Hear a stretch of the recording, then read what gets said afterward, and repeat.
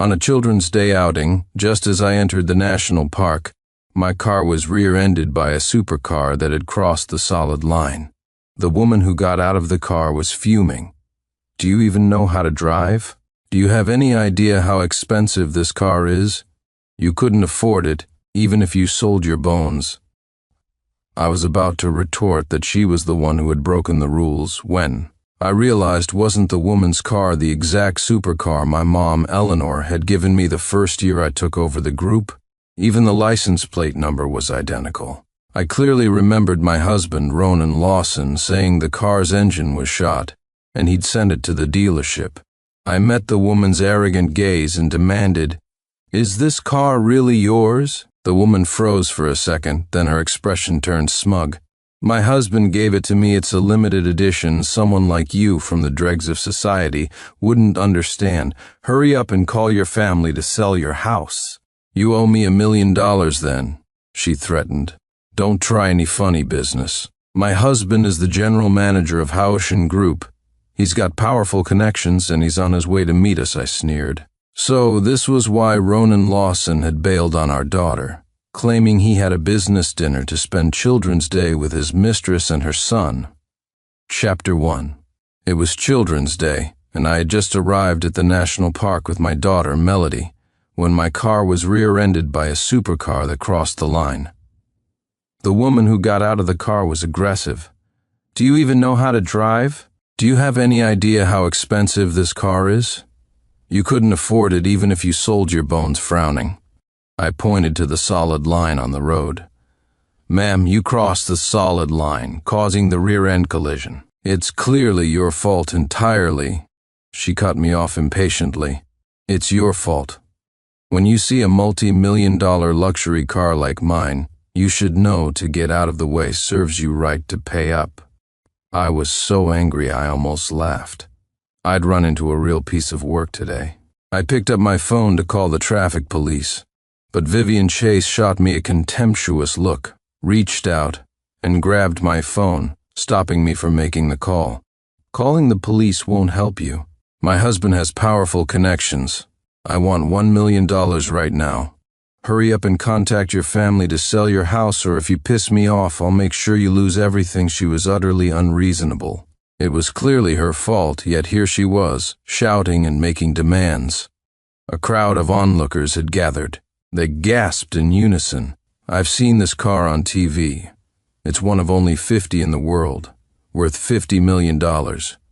We've run into a super rich person today. Then this woman in her electric car worth tens of thousands. Isn't she screwed? She'll have to pay till she's bankrupt." Someone sighed. "She's just unlucky." Someone who can afford a $50 million car must have immeasurable power behind them. Even if it's their fault, they can twist black into white. Vivian Chase, emboldened by the crowd's fawning, grew even more outrageous. "Did you hear that? Be smart. Right now it's just $1 million. Otherwise..." I suddenly cut off her threat. "Is this car yours? This supercar in front of me? It looked familiar from the moment I saw it." A flash of realization hit me. Wasn't this the gift my mom, Eleanor Redmond, gave me the year I took over as chairman of Haushin Group? The last 4 digits of the license plate were even my birthday. I clearly remembered my husband, Ronan Lawson, saying the car's engine had died and he'd taken it to the dealership. It was only because we have so many luxury cars, many of which I don't drive often, that I didn't recognize it immediately. I took the electric car out today purely to keep a low profile. Vivian Chase's expression turned cold. "What do you mean?" "My dear husband gave this to me. It's mine," as if remembering something. Her face broke into an extremely smug and ostentatious grin. "My husband is incredibly powerful. He owns Haushin Group, the largest in Bay City. He's not someone a nobody like you can afford to provoke." My eyes narrowed sharply. I repeated, "Haushin Group?" Vivian Chase nodded, her chin held high arrogantly. "Scared now, huh? Hurry up and call your family to get the money, or I'll have you thrown in jail." I was initially wondering if I'd misunderstood, if someone from the dealership had secretly taken the car out, but now it was clear. Ronan Lawson, that live-in son-in-law, had cheated seeing I didn't speak immediately. Vivian Chase assumed I was scared, shot me a disdainful look, and continued her threats. Let me tell you, my husband will be here any minute. If you ruin our family outing, he'll have you blacklisted from every industry, no matter what you do. I snorted coldly in anger. You've got some nerve. An older woman from the crowd stepped forward to advise me, young lady, we ordinary folks can't afford to offend these wealthy families. Just accept your bad luck, be a bit submissive to her, and try to negotiate a smaller compensation. A cold smile touched my lips. Today, someone will indeed have to pay, and they'll lose everything, but it won't be me. What a joke.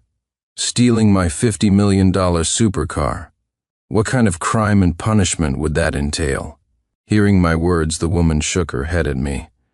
If you don't listen to advice, you'll suffer. Everyone in Bay City knows what Haoshan Group represents. Someone else jeered, so naive. Still thinks the world is fair. Even if the powerful make a mistake, it's the common folk who end up paying. Vivian Chase, seeing my firm stance, flared up, her face contorted with rage. You scum, you refuse a toast only to be forced to drink a forfeit. Just you wait until my husband gets here. You'll be sorry I lowered my eyelids slightly, masking the unstoppable killing intent in my eyes. He's coming, is he? Perfect. I also wanted to ask Ronan Lawson why he couldn't just enjoy his good life. Was he so eager to court death? Chapter 2.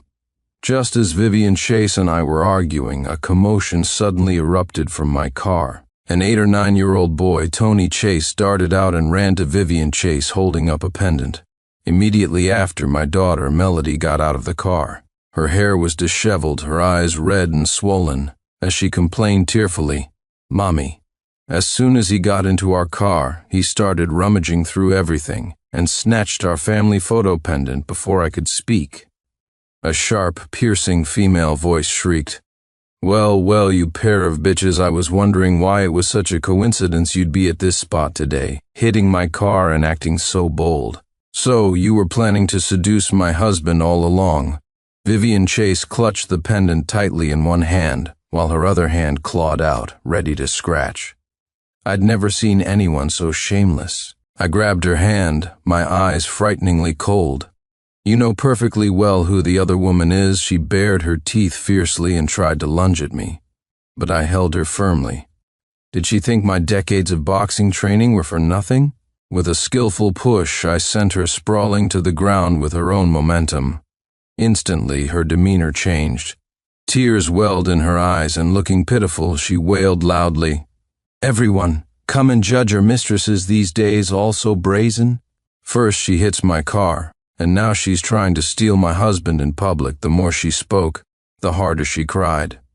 More people gathered, and soon the crowd was pointing fingers at me and Melody. Oh my. I was just feeling sorry for her, thinking she was being bullied by the luxury car driver. I thought it wasn't easy for ordinary people. Turns out she's the one with ulterior motives. How disgusting as a mother. Isn't she afraid her daughter will follow her bad example and go astray? I pulled Melody close, letting her bury her face in my embrace, my chest heaving with anger. This was a blatant case of the culprit crying foul.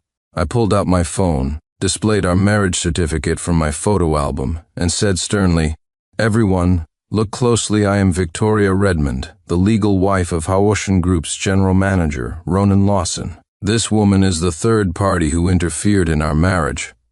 Of course, Ronan Lawson is no good either." Someone leaned in for a closer look. "It's true, I've seen this man on the financial news channel. It's Mr. Lawson, the GM. Could it be we got it wrong?" The crowd's gaze turned to Vivian Chase again, now filled with doubt. When Vivian Chase looked at me, a flash of malice crossed her eyes.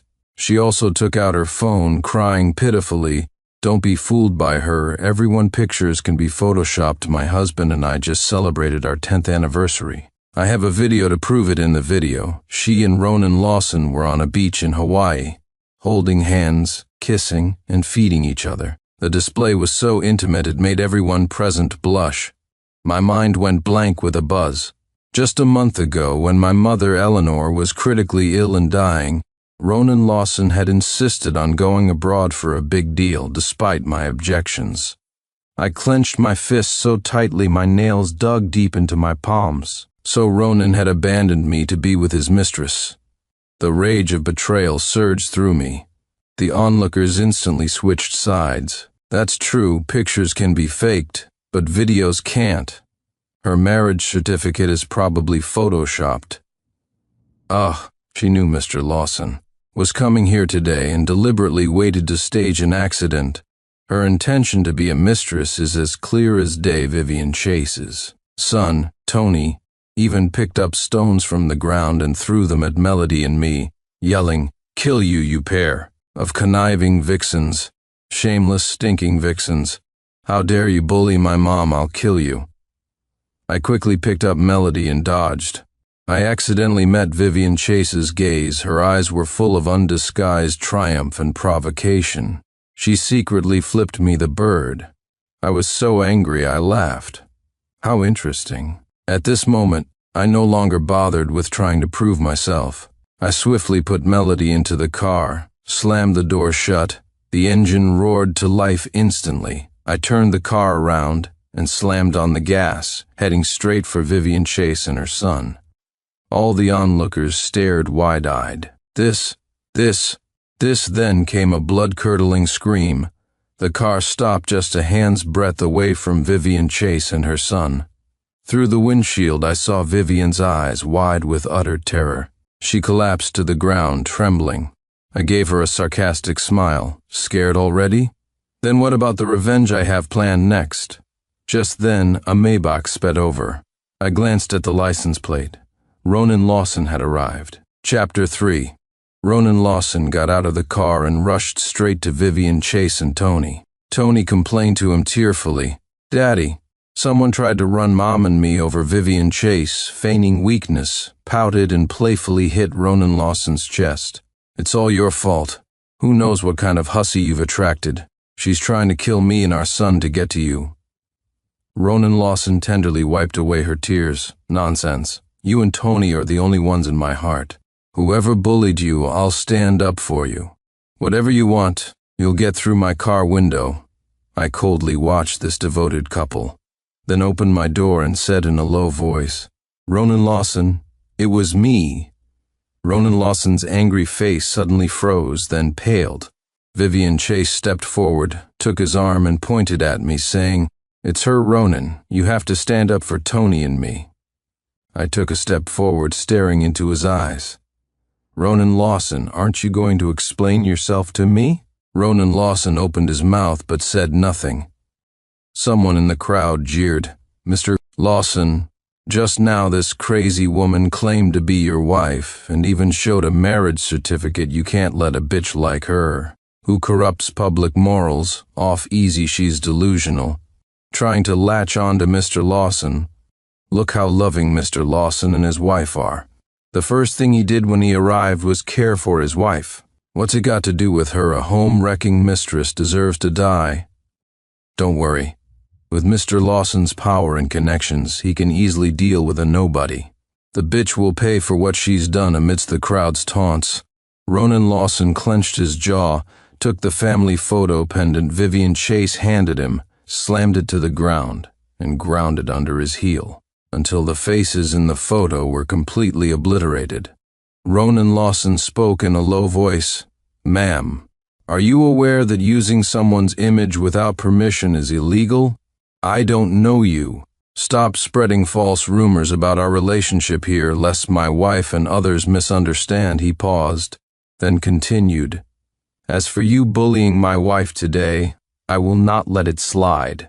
I demand that you apologize to my wife in front of everyone." A cold sneer curved my lips. If a live-in son-in-law was going to defend his mistress to this extent, then of course I'd let them have their way. However, the general manager position and all the wealth I'd given him would have to be reclaimed. Wrongdoings have consequences. Just as I was about to speak, my daughter Melody rushed out of the car. She immediately saw the shattered family photo at Ronan Lawson's feet. Melody said in disbelief, "Daddy, That's our family picture. It's my favorite one. How could you break it? Tony Chase glared viciously at Melody. Little vixen, who are you calling daddy? Everyone around looked at me and Melody with strange, contemptuous eyes. Like mother, like daughter, both crooked. Mr. Lawson already said he doesn't know them, yet she's still calling him daddy. No shame at all. Melody's eyes reddened, but she said stubbornly, "He is my daddy. Daddy, you promised me." Ronan Lawson looked at his daughter Melody in front of everyone and said coldly, "I don't know you." Little girl, don't be misled by your mother and call people names randomly. I pulled Melody to me, patting her gently to soothe her. Then I looked around at the crowd and noticed a few women live streaming with their phones. I smiled faintly and raised my voice. "I'd like everyone here to be a witness. This gentleman just said he doesn't know me or my daughter, correct?" The crowd looked bewildered but nodded. Is this woman crazy? Just a moment ago, she was trying to force Mr. Lawson to admit he's her husband. She's probably lost it. I stared at Ronan Lawson. "Well then, Mr. Lawson, you'd better have some backbone, and remember every word you're saying now," Ronan Lawson snorted. Vivian Chase looked triumphant and arrogant, basking in the crowds addressing her as Mrs. Lawson. The contemptuous murmurs from the crowd around me grew louder. This woman is truly bizarre. She's not trying to evade Mr. Lawson's accountability by playing crazy, is she? Everyone in Bay City knows how formidable Haushin Group's legal team is. Can she really get away? Come on everyone, follow my camera and look at the face of the most disgusting, delusional mistress in history. Wave after wave of malicious words washed over me. Just then, police sirens wailed. A group of police officers arrived, shouting loudly, "Who reported the crime? We heard someone here stole a supercar worth $50 million? Chapter 4. Unflinching, I stepped forward.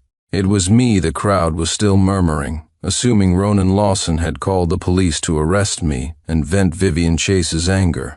When they suddenly saw it was me who stepped forward, everyone was shocked. What's going on? A mistress has the audacity to call the police? Doesn't she realize how dirty her own actions are? Wait a minute, the police asked who reported their $50 million car stolen. She said it was her? Is she crazy? This is clearly Mrs. Lawson's car. My gaze swept over the crowd, pausing for a moment on Ronan Lawson's face. Then, I took out my phone and showed the police officers the original purchase contract from my mother, Eleanor, and the electronic registration proving the car was under my name. After taking my phone and swiping through it a few times, the officer compared it with the car behind Vivian Chase and then nodded at me. "This supercar, license plate ending in 0705, is indeed your private property, Miss Redmond." Vivian Chase lunged forward, her voice cracking. "That's impossible. How can this car be hers?" "My husband gave it to me. It's mine." She immediately tugged at Ronan Lawson, saying frantically, "Ronan, say something." Ronan Lawson shot me a fierce glare, but when he spoke, his voice lacked conviction. "Officer, could there be some mistake?" An onlooker chimed in. "Officer, I've been watching this whole thing. It was Mrs. Lawson who drove this car here. Besides, who is Mr. Lawson? The general manager of Haushin Group. Worth billions, would he care about one car? There must be a mistake." Vivian Chase nodded vehemently, telling the police, "The evidence must be photoshopped by this bitch. She even photoshopped a marriage certificate with my husband." Earlier, the officer looked at the crowd, puzzled, but still stated factually, "We didn't just look at Miss Redmond's evidence. We've traced it through the property registration center and double confirmed it. This car belongs to Miss Redmond." Vivian Chase looked as if her soul had been sucked out. She stood blankly, muttering, "How is this possible?" Then, she grabbed Ronan Lawson, asking urgently, "Ronan, say something. What on earth is going on?" But Ronan Lawson remained silent. The other onlookers who had been enjoying the show were also stunned. In their minds, I should have been crushed by Ronan Lawson's power, begging for mercy. But now, I was the owner of the luxury car. I spoke up, "Officer, this car was a gift from my mother, Eleanor. It's very precious to me. This Ms. Chase not only stole my car, but also damaged the front end due to a traffic violation. Please severely punish the thief." After speaking, I immediately handed the dashcam footage to the police. Once it was played, everyone clearly saw how Vivian Chase had illegally crossed the line and rear-ended my electric car, and how she had brazenly claimed her luxury car was worth $50 million and demanded I sell my house to compensate her. Instantly, the crowd looked at Vivian Chase with disbelief. Some even spat in her direction. We thought she was the owner of a multi-million-dollar car, but she's a thief stealing someone's car, driving recklessly, and then threatening the rightful owner. She's thoroughly despicable. But wait, Mr. Lawson's identity as general manager can't be fake. And Vivian Chase is indeed the wife, he acknowledged. His wife stealing a car? This is too ridiculous for a moment. All eyes focused on Ronan Lawson, but he just stared fixedly at me. My phone buzzed. While everyone was discussing, Ronan Lawson had seized the opportunity to send me 4 or 5 messages. Victoria, stop this nonsense. I had my reasons for doing this today. I felt sorry for Tony. He lost his father young and just wanted to go hiking with a father figure on Children's Day. I was just trying to be kind and fulfill a child's need for fatherly love. As for Vivian driving your car, I lent it to her. Maybe I didn't explain clearly, and she misunderstood, thinking I'd given it to her. After all, she and I grew up together. I've always seen her as a sister. As my wife, you should be more understanding, and don't be so petty. A woman should be generous. Hurry up and tell the police that this whole car theft thing is a misunderstanding. I'm texting you, can't you see? Do you have to defy me? Victoria, I am your husband, you have to listen to me. I turned off my phone screen. Just as expected, the scumbag still showed no remorse. I said loudly, "The fact now is that Mr. Lawson's wife stole my car. Officer, my car is worth $50 million. How long will Mr. Lawson's wife have to be in jail for that?" The officer paused. Further investigation is needed, but generally theft of $50 million or more can result in a sentence of over 10 years. Hearing about a prison sentence, Vivian Chase immediately panicked. Seeing Ronan Lawson still silent, she desperately told the police, "Officer, I didn't steal this car. Ronan Lawson gave it to me. If anyone stole it, he did. I'm innocent." Chapter 5. Trembling, Vivian Chase took out her phone and showed her chat history to the police. After reading it, the officer turned to Ronan Lawson. "Sir, is what this lady says true? Please answer truthfully." Ronan Lawson's face was tense. Seeing my resolute attitude, ignoring his pleas and explanations, he had no choice but to tell the police, "Officer, actually, the owner of this supercar, Victoria Redmond, is my legal wife. This whole thing today is a misunderstanding. I just lent the car to a friend to drive and didn't get a chance to inform my wife. It led to a misunderstanding. Sorry for the trouble." His words caused an uproar among everyone present. These people had been watching the drama from start to finish, and some had even been live streaming the entire event. "Hold on, 20 minutes ago Mr. Lawson said he didn't know this lady and that Vivian Chase was his wife." Their affectionate display made me blush. "Yeah, Mr. Lawson just insisted he didn't know this lady. A busybody even pulled up the earlier recording and showed it to the police." The officer frowned. "Mr. Lawson, what exactly is going on here?" Under everyone's gaze, Ronan Lawson walked over to me, his face alternating between pale and red. "Victoria, hurry up and explain for me," I smiled, feigning confusion. "Explain what?" "Explain that you're my wife." I pointed at Vivian Chase. "You say I'm your wife, then who is she? You were just hugging and being very intimate with her in front of everyone." Some onlookers snickered, while others were even more confused. But Mr. Lawson said he didn't know her, and now he's chasing after her, saying she's his wife? And that car thief, what's her deal with Mr. Lawson? The police officer once again questioned Ronan Lawson sternly. "Sir, please tell the truth. Otherwise you will also face suspicion of car theft." Veins throbbed on Ronan Lawson's forehead. Forced by the stares of the crowd, he had no choice but to say, "Vivian Chase is a childhood neighbor. Her son lost his father young and took me as his godfather. In reality, Victoria Redmond and I are a family. Victoria's car was lent to Vivian by me. I didn't explain it clearly before, which caused Vivian to misunderstand. With every sentence, his expression grew uglier. Each word was like him slapping his own face. These words shattered everyone's understanding of the situation. What? The person he just claimed not to know is actually his legal wife? And the woman he called his wife is just a friend? Some friend this man cheated. Not only did he use his wife's money to support his mistress, but he also publicly slandered his wife. He's inhuman. My God, even TV dramas wouldn't dare to film something like this. This man was so serious when he denied his wife and daughter. I really couldn't tell he was so thick-skinned. I looked at Ronan Lawson mockingly. Ronan Lawson, do you remember what I said earlier? His face was already beet red. He looked at me stunned for a moment, then gritted his teeth and said, Victoria Redmond, I've already admitted it in public. What more do you want? Don't go too far, I sneered and turned to the police. Officer, it's true that he and I are married. However, this car is my premarital private property. He and Vivian Chase took it without my consent and caused damage to the vehicle. Can I still hold them legally responsible? The officer nodded. Of course. Hearing she would still be held accountable, Vivian Chase's face filled with panic. She approached the officer. Officer, Ronan Lawson just said he gave me the car. I had no idea about the ownership. The theft has nothing to do with me, the officer replied.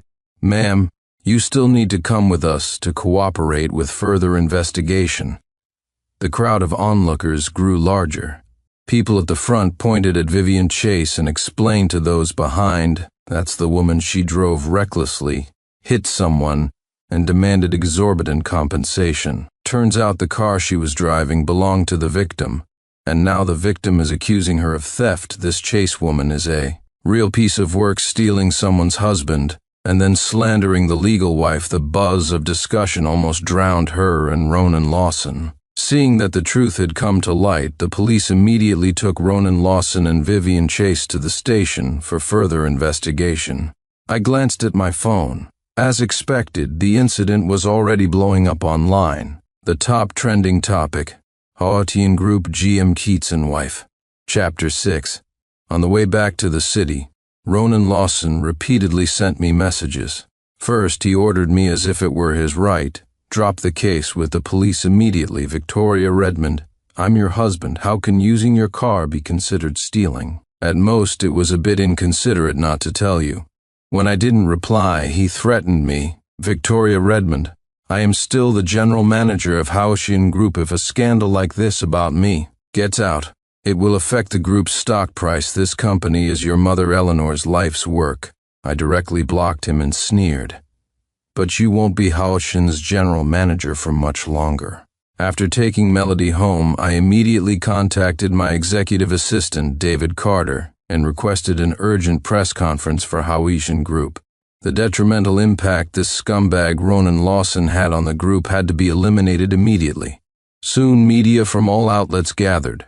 I stood at the center of the press conference, holding a microphone. I'm sure everyone has seen today's top trending topic, the Haotian Group General Manager's affair. I am Victoria Redmond, the chairman of Haotian Group, and also the wife of Haotian Group's general manager, Ronan Lawson. Regarding this man of deplorable character, the board of directors has unanimously decided to terminate Ronan Lawson from his position as general manager of Haotian Group. From this moment on, Ronan Lawson has no further affiliation with Haotian Group.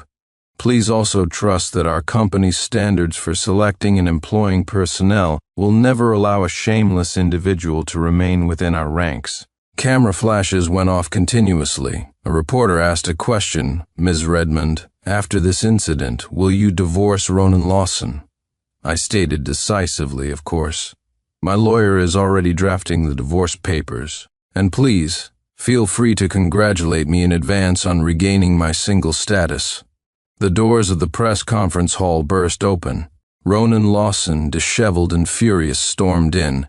He roared, Victoria Redmond, on what grounds are you firing me as general manager?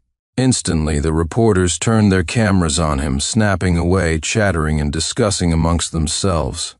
So that's the scumbag getting fired, serves him right. Have you heard? This guy married into her family, a live-in son-in-law, daring to cheat behind the Redmond family's back. He's simply courting death." Evidently, Ronan Lawson heard them too. He bellowed, "What nonsense are you spouting? I'll sue you standing at the center." I couldn't help but sneer, my voice carrying through the microphone to the entire hall. "Ronan Lawson, are they wrong? You are a son-in-law who married into the Redmond family. You had the guts to take Redmond money to cheat and support your mistress, committing countless acts of ingratitude. How come you don't have the guts to admit it? Ocean Group was founded by my grandfather and flourished under my mother, Eleanor. You became general manager solely because you married into the Redmond family. You have betrayed the Redmonds. What face do you have left to live off my family?" Under my relentless questioning and accusations, Ronan Lawson's face grew increasingly dark and grim, as if water could drip from it. The contemptuous stares of the crowd felt tangible, like mountains pressing down on him, making it hard for him to breathe. Ronan Lawson retorted angrily, "No matter what, we're not divorced, yet I am your husband." Just then, someone from legal, Mr. Carter I assumed, rushed in and handed me a document. I glanced at it and then slammed it onto Ronan Lawson's head. I replied icily, "Not anymore on that document." The words "divorce agreement" were clearly written in large letters. Ronan Lawson crumpled the divorce agreement, stared at me for a long moment, then gritted his teeth and said, "Do you think I've been general manager for all these years for nothing? The group losing me is your loss. I will absolutely make a comeback and get my revenge." I looked at him mockingly.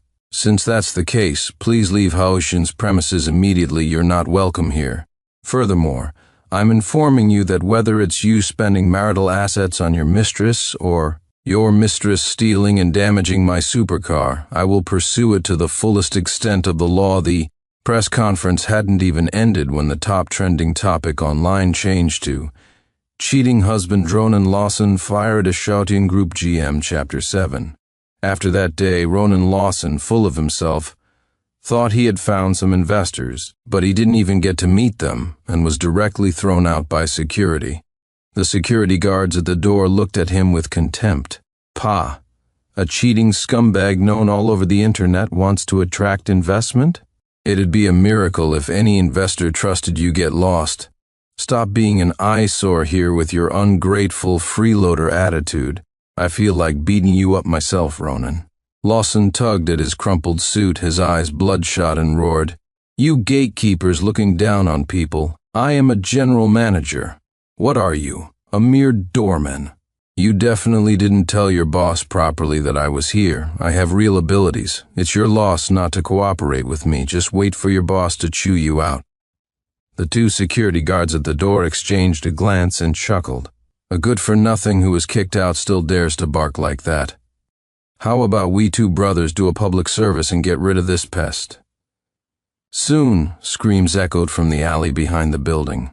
Ronan Lawson still didn't give up. He went around calling himself a general manager every day, but no respectable person would deal with him. The only ones who continued to flock to him and flatter him were con artists. Under the swindler's flattery, Ronan Lawson became conceited again. During this time, he ran into me and said smugly, "Victoria Redmond, I've started a new company. It's going public soon. When that happens, I'll steal all of Haoshin's business." I couldn't help but smile. Apart from Ronan Lawson, who was lost in his daydreams and deceiving himself, everyone in the business circle knew how those two con artists, posing as investors, had swindled people into bankruptcy. A week later, Ronan Lawson woke up to find his bank account not only empty but also that he owed the bank $50 million. The house his parents had left him was seized to cover his debts. He was utterly homeless. Just then, the case I had filed against Ronan Lawson and Vivian Chase went to court as scheduled. When I saw Ronan Lawson again, he was shockingly thin. His eyes lit up when he saw me. "Victoria, I was wrong. I suddenly realized you're the only one I truly love. I can't live without you." He tried to approach me but was stopped by my bodyguards. He desperately wanted to express, "Victoria, I know I was wrong. I've already made things clear with Vivian Chase. Let's get back. Together for Melody, let's give her a complete family." I glanced at him sideways and said coldly, "Ronan Lawson, you overestimate yourself. This isn't a recycling center for trash." Vivian Chase, who arrived from another direction, looked completely dazed. During this period, wherever she went, people chased her and cursed her. She was so traumatized that the slightest disturbance would make her scream. The moment she saw Ronan Lawson, she lunged at him like a madwoman, her hands outstretched to scratch him. "It's all your fault. If it weren't for you, I wouldn't have been doxxed and shamed online, and I wouldn't be facing a lawsuit." Ronan Lawson was furious and didn't hesitate to fight back. "You have the nerve to blame me? If you hadn't actively climbed into my bed and seduced me, I'd still be the general manager of Haushin. I wouldn't have ended up like this." The two of them slapped each other and pulled hair until the bailiff separated them. Because the evidence was conclusive, the verdict was delivered in court. Every penny Ronan Lawson had spent on Vivian Chase was to be recovered, and Vivian Chase had to compensate me for the damage to my supercar. As a result, Vivian Chase not only lost everything, but also became a blacklisted debt dodger due to insolvency. On the day the case concluded, Ronan Lawson, unable to contain his anger, found Vivian Chase again. They argued once more. Vivian, already mentally unstable, grabbed a kitchen knife and charged at him. Ronan Lawson, his eyes bloodshot with rage, picked up a golf club and swung it at Vivian Chase's head. When they were found, neither was breathing. Vivian Chase's son, Tony Chase, was sent to a welfare home. I appointed a new general manager, a person of both integrity and competence. I also promised Melody I would take her on an overseas trip during the summer vacation to make up for that terrible Children's Day. The end.